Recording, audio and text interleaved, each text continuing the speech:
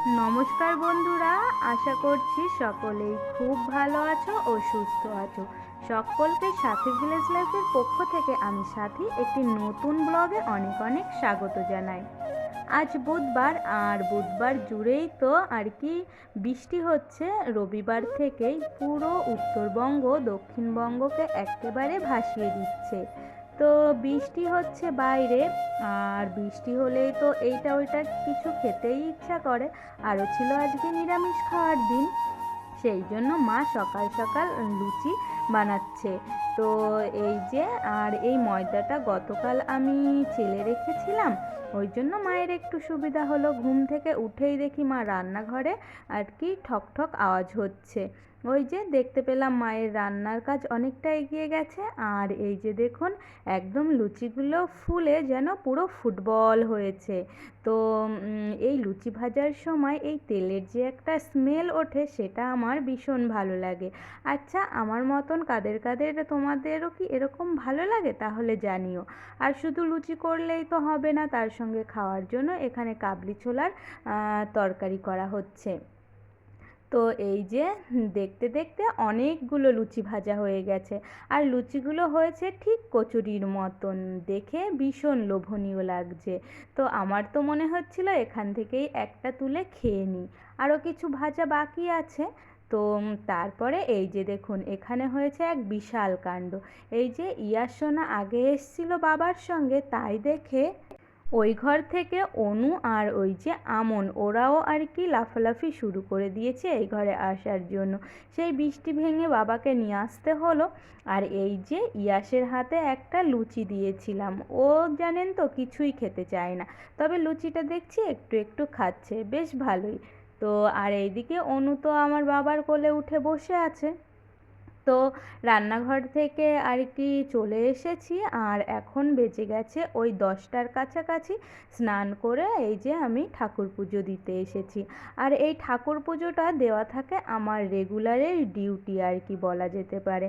আমি school, college, tuition আর কি যেখানেই যাই না কেন, আমাকে এই পুজোটা একমাত্র দিয়ে যেতে হয়। কারণ এই পুজোটা আমি দিদির বিয়ে হয়ে যাওয়ার পরের থেকেই গত আজকে 13 বছর ধরে আমিই দিচ্ছি। খুব শরীর খারাপ না হলে আর কি মাকে দিতে দিই না, এই কাজটুকু আমার একেবারে বাঁধা ধরা। আর এটা একটা অভ্যাসে আমার পরিণত হয়েছে। আর পুজো না দিলে ঠিক যেন একদমই ভালো লাগে না, দিনটা যেন কাটতেই ইচ্ছা হয় না। তো এই যে তারপরে আমি স্নান করে চলে এসেছি পুজো দিতে। আর বুধবার আমরা যেহেতু আর কি ওই হরিচাঁদ ঠাকুরের দ্বারা দীক্ষিত, ওই জন্য আমাদের ঘট আর কি পাল্টাতে হয় বুধবার বৃহস্পতিবার এই দুটো দিনই। তো এই যে আমি প্রথমে আর কি সকলকে স্নান করিয়ে তাদেরকে ফুল জল দিয়ে দিয়েছি। আর এখন এই যে ঘরটাকে আর কি স্থাপন করব। তো সমস্ত কিছু দিয়ে এখন এই যে ভগবানকে প্রার্থনা করে ঘরটা বসিয়ে নিয়েছি, তারপরে তাদেরকে জল মিষ্টি দিয়ে দিয়েছি। আর তারপরে একটু গীতা পাঠ করছি।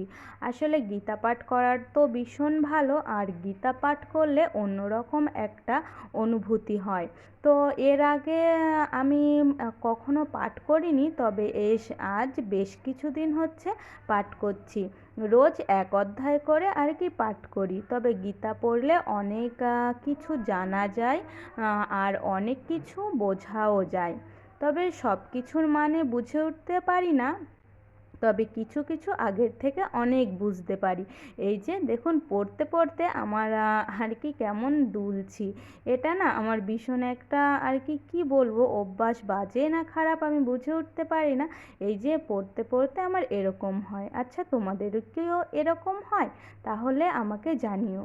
তো এই যে অনেকক্ষণ ধরেই আর কি ওই অধ্যায়টা বড় ছিল, তো আমি পড়লাম, আর সমস্ত কিছু এখন আজকের দিনের মতন আমার কমপ্লিট হয়ে গেছে। তারপরে গীতা পাঠ করে এসে এখানে ঠাকুরের বাসন লাবিয়েছিলাম, আর পরে দেখি মা খাবার দিয়ে দিয়েছে, এই যে কাবলি ছোলার তরকারি আর ছিল লুচি। তো এই যে খাওয়া দাওয়া করে নিলাম। তো তারপরে অনেকক্ষণ বাদে দুপুরে রেস্ট করেছি। এটা ছিল ওই বিকাল আর কি 4:30 মতন বাজে তখন। এই যে দেখুন আমাদের বাড়িতে একটা পেয়ারা গাছ আমার দাদা এনে লাগিয়েছিল, আর এত যে পরিমাণে পেয়ারা হয়েছে এবার, তো বৃষ্টিটা হয়েছে পেয়ারাগুলো রেগুলারই দুটো একটা করে তুলতেই আছি। তবে এবারের পেয়ারাগুলো তেমন মিষ্টি হয়নি, ওই যে অনেক বৃষ্টি হচ্ছে যে, কিন্তু বাড়ছে প্রচুর। এই যে দেখুন এই পেয়ারাটা গতকালই তোলা যাবে। তো এই যে পেয়ারা গাছ থেকে এখান থেকে ঘুরে ঘুরে আবার হঠাৎ করে চোখ পড়েছে এই পেয়ারাটার দিকে।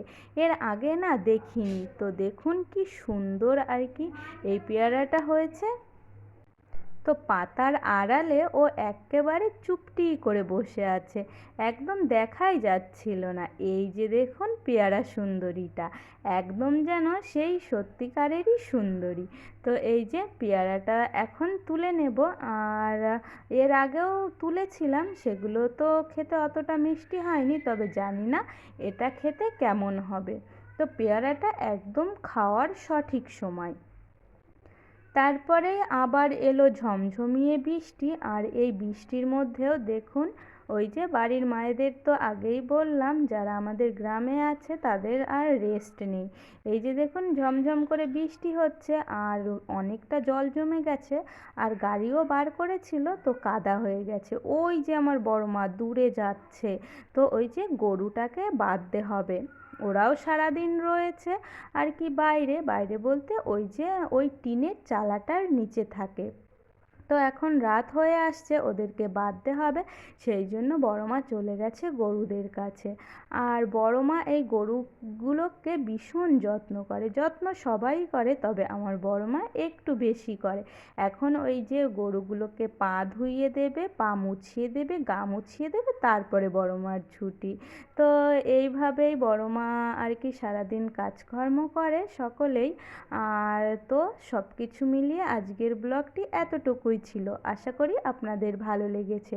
যদি পুরো ব্লগের কোথাও এতটুকুও ভালো লেগে থাকে তাহলে একটি লাইক করে দেবেন, আর নতুন বন্ধু হলে আমার পাশে থাকবেন, সাবস্ক্রাইব করে। সকলে সুস্থ থাকবেন, ভালো থাকবেন।